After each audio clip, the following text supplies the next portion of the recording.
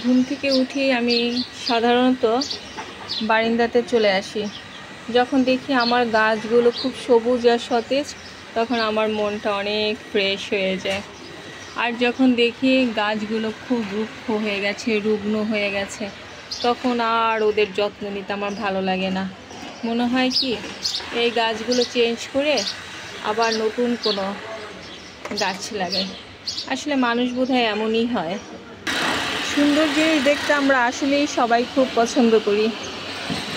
এটা হচ্ছে যখন আমি গাছগুলোকে দেখি, ওই যে বললাম যে যখন দেখি একটু গাছগুলো মানে একটু রুগ্ন হয়ে গেছে, রুক্ষ হয়ে গেছে, তখন আর ভালো লাগে না। আর যখন সতেজ থাকে তখন মনে হয় কি যে ওদের আরও বেশি যত্ন নেই। তো মেয়েদের জীবনে যা হয়, একঘেয়েমি জীবন, শরীর ভালো থাক আর খারাপ থাক, ইচ্ছে করুক আর না করুক, সেই একঘেয়েমি জীবনযাপন, যে ঘুম থেকে উঠি রান্না করা। জাস্ট আমার সকালে খাবারটা রেডি হয়ে গেছে। আমার মেয়ে তো ঘুম থেকে উঠে গেছে, সে বোধহয় খাওয়ার জন্য ওয়েট করছে। কি করছো তুমি? বাচ্চা নিয়ে খেলা করছো? এগুলো তোমার সব বাচ্চা? আচ্ছা, তুমি খাবে না? ওর বোধহয় খিদে পেয়ে গেছে, ও অনেক সকালে ঘুম থেকে উঠেছে।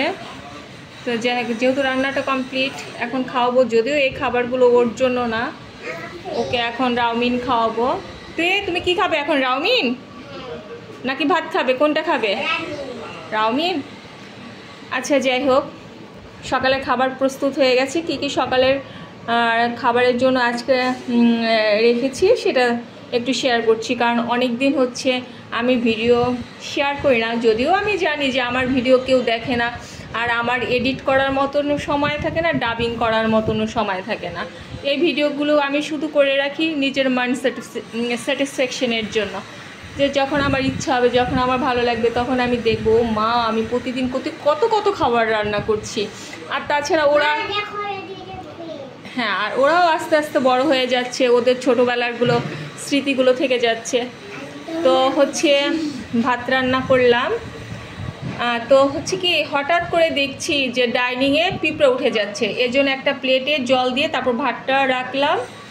আর হচ্ছে এটা হচ্ছে মানে ছোট মাছ রান্না করেছি। এটা হচ্ছে অনেকে কাচকি গুঁড়া বলে, বা অনেকে অনেকে সুবর্ণার গুঁড়াও বলে।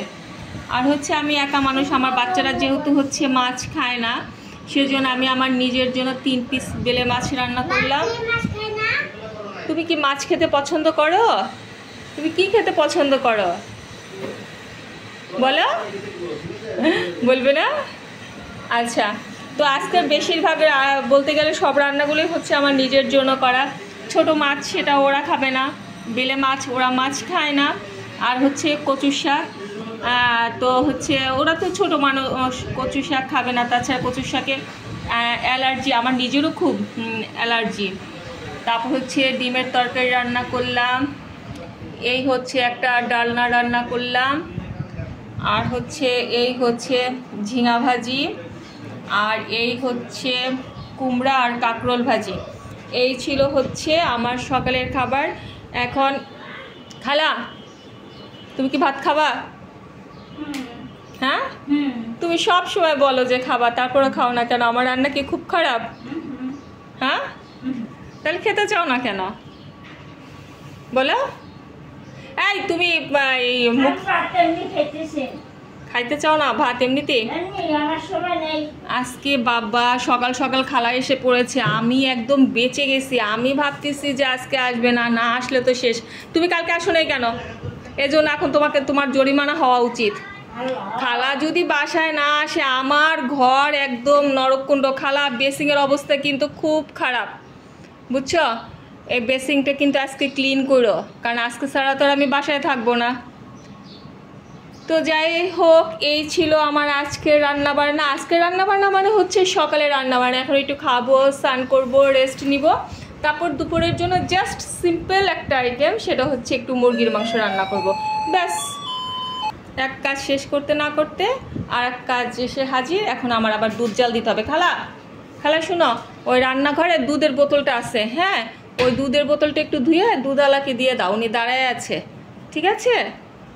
তিন্নি শুন না, তোমার তো ড্রেস আর বেলুন তো একদম মিলে গেছে। ওর পা, ও মা, সব ম্যাচিং ম্যাচিং। ওয়াও তো। ও আচ্ছা, ওর ড্রেসও পিঙ্ক। আচ্ছা, সবাইকে টাটা করো। হ্যাঁ, আজ আর নয়, বাই বাই, টাটা।